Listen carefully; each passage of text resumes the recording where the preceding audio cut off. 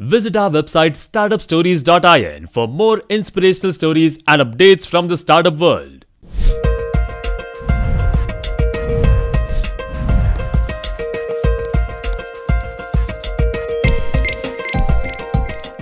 Startup Stories in association with Look.in.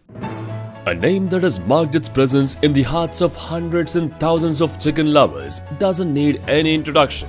Well, even if you don't have a love for chicken, the inspirational story of Colonel Sanders will beg you to know more about him.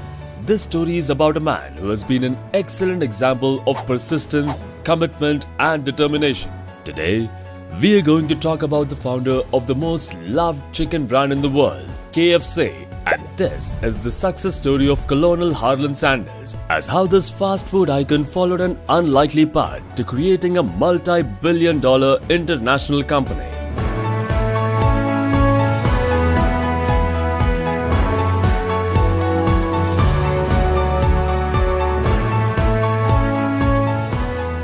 The story starts with Harlan Sanders, who was born in the small town of Indiana in the year 1890. At the age of 12, after his father passed away, he took the responsibilities on his shoulder and left home to find some job to support his poverty-stricken family.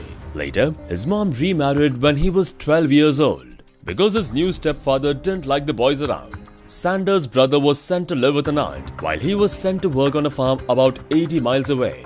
Sanders soon realized that he would rather work all day than go to school, so he dropped out in the 7th grade.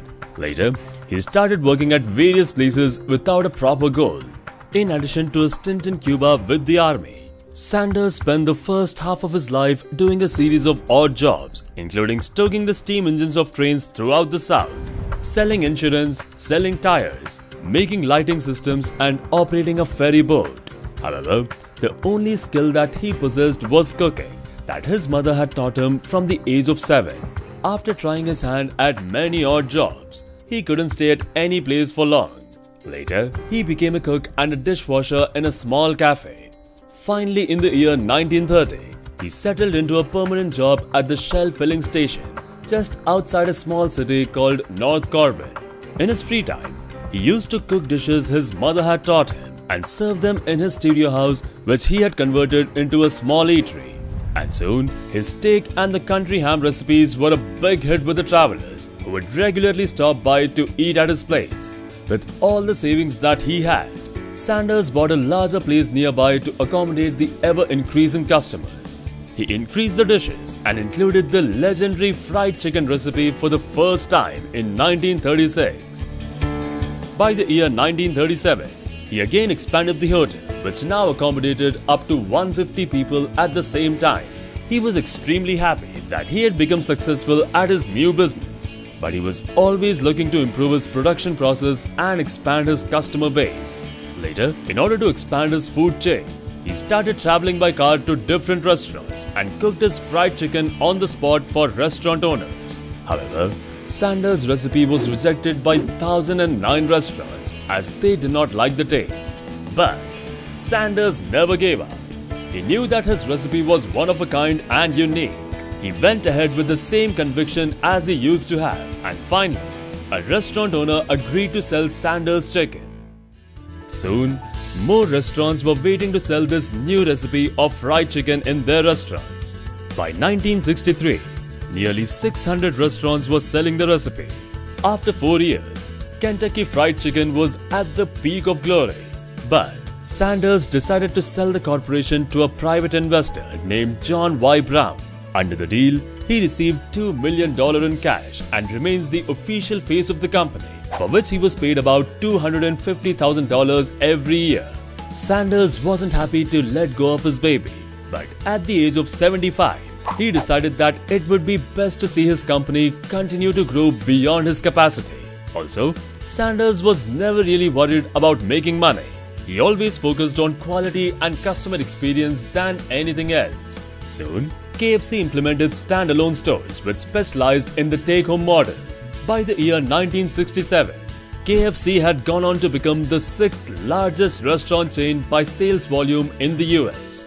Later, KFC started off by starting stores in Canada and soon spread itself into more than 40 countries with 3,000 outlets by the end of the year 1970.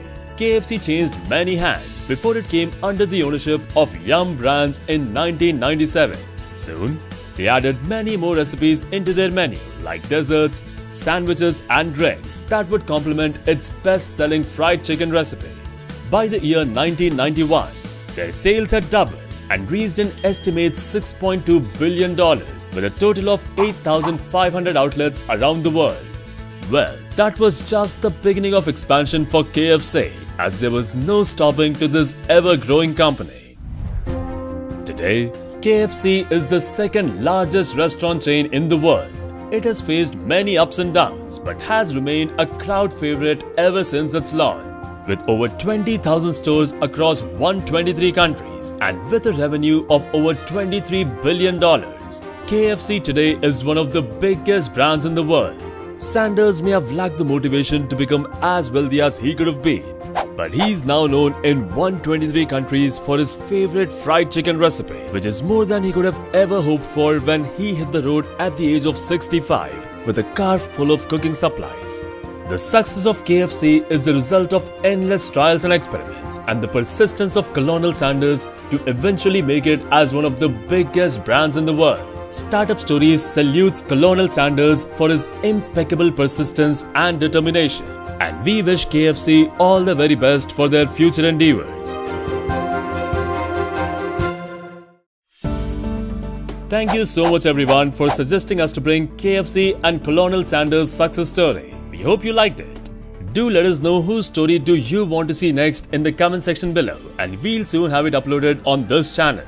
For more inspirational stories and updates from the startup world, visit our website startupstories.in. Till then, stay motivated.